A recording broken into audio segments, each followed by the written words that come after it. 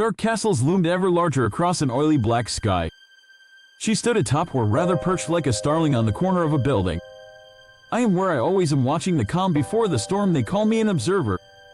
This is not my story, but that of a woman who would alter the destiny of her spired city. This is the story of Blackbird. Issue 1, Spire City. Monologue. As the crow flies, my mother used to tell me if we were to track the distance that each person traveled through their entire life, we would see that every person, no matter how distant, was connected.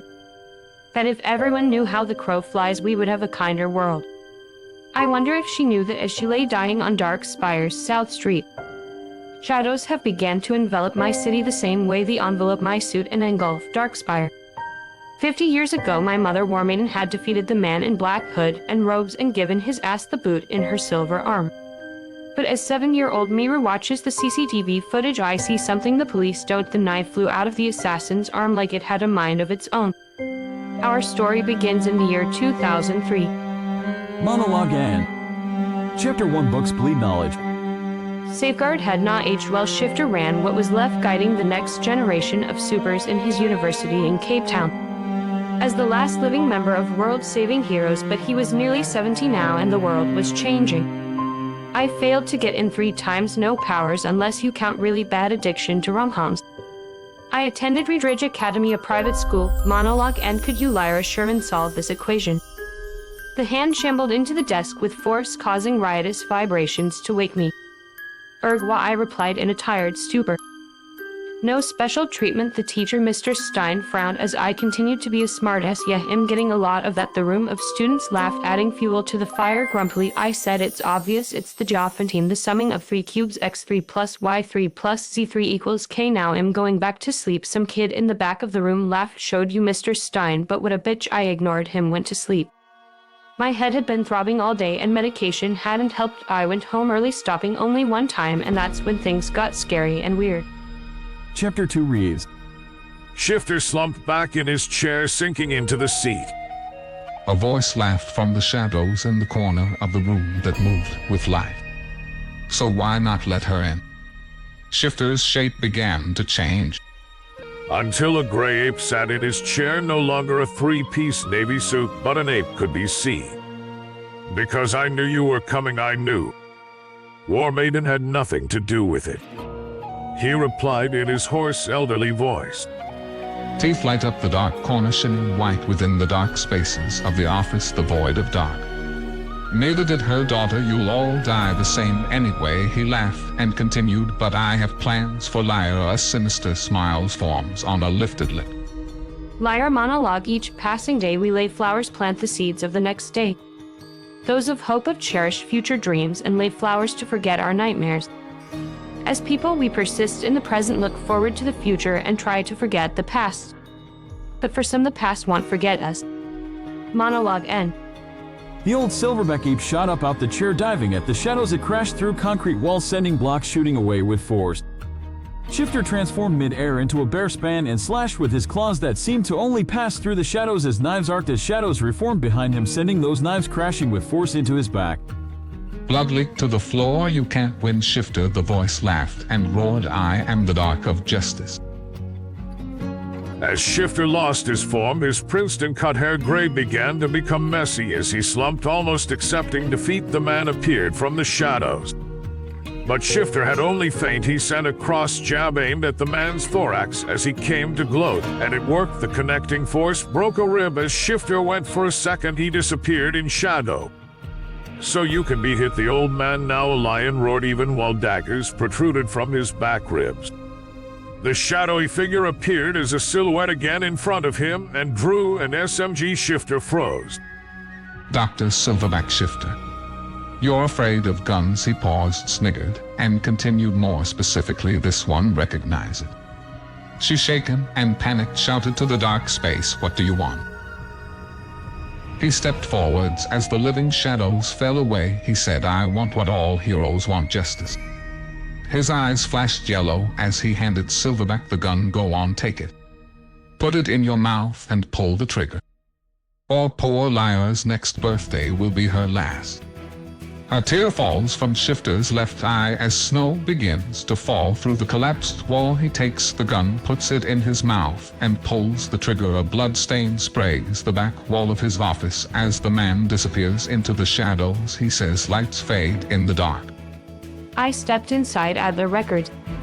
And thank God vinyls are so shiny. The news from the low-hanging TV rang as static. I heard nothing as I perused the vinyl shop to make sure it was still here. And I found it, the songs in the key of life, Stevie Wonder. I take the vinyl triumphantly after 10 minutes of searching to the front desk. The shopkeeper smiles, song in the key of life, good choice. Had you pegged more for Sabbath today, liar? My long wave black hair streamed down my head like the black of night, and my black stained lips opened as I spoke. Knocks me off my feet, ordinary pain, and isn't she lovely? I've had my eye on Mr. Wonder a while. He was about to laugh, but then his face turned to horror. I say, what is it? Staring at my vinyl, I see the blaring flash of red lights that a motion sensor made. I instinctively duck as the light became stronger. A katana passes over my head and slices the shopkeeper in half. Ordinary pain played on the radio as a voice augmented by digital means rang in my ears from behind. Lyra Sherman, like the rest, is to be terminated. Eric, he screamed as he charged forward like a psychotic animal. I was terrified, but fear made me move faster. As I jumped up and rolled over the desk, I grabbed the cash register as I did a roll and thrust it upwards. Almost without thinking, the register that the shop owner bragged was steel was crashing against his katana as we fought to the songs in the key of life. It would have been cool if it wasn't so horrifying.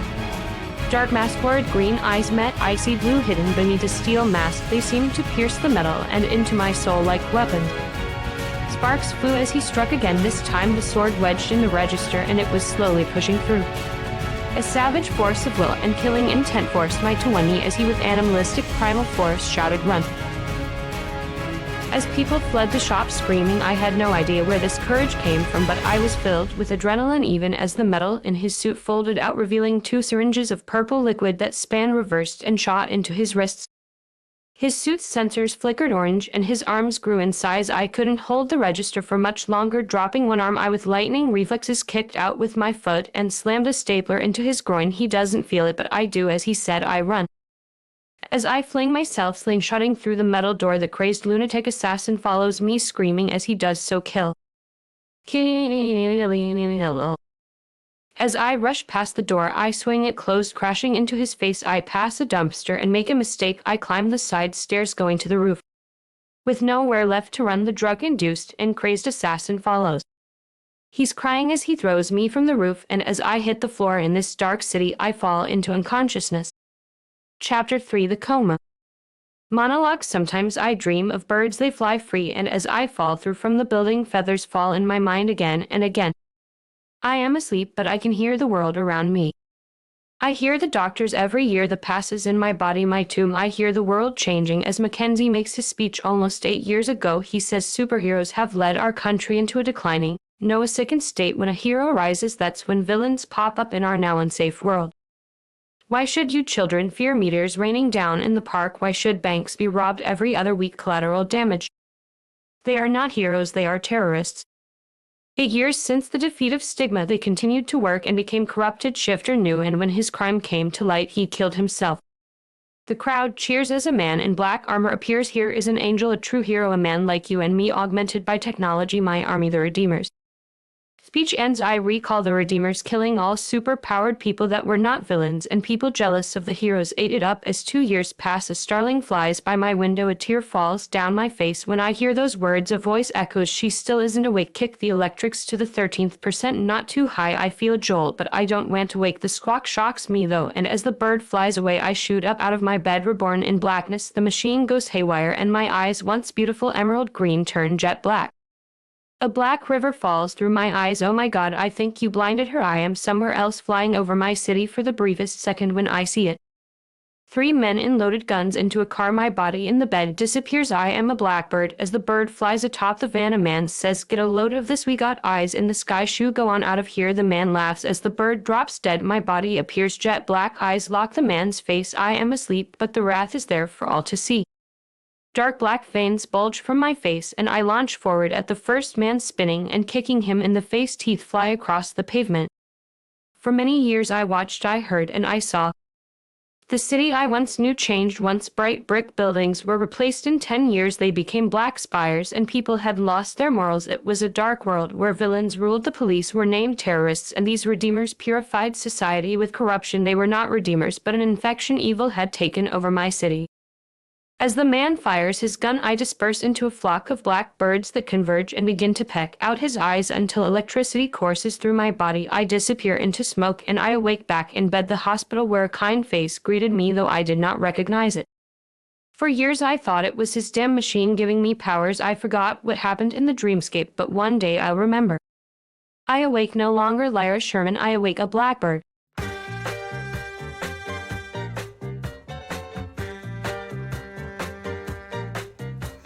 I wake up early in the morning, and when I come home at night, everything is covered in darkness, and the sun is out of sight. I guess I'm living in the dark age, yeah, because I sure can't see no light.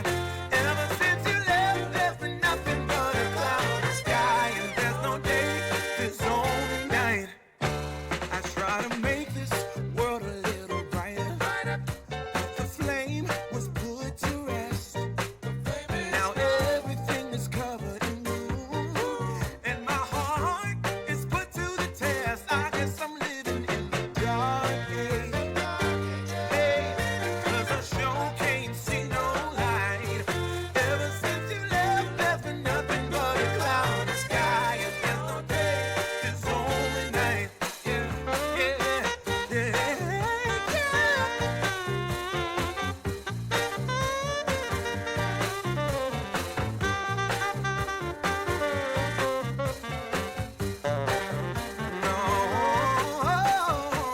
You used to tell me you love me so, but now you're saying you have to go, just like the lightning from a clear sky.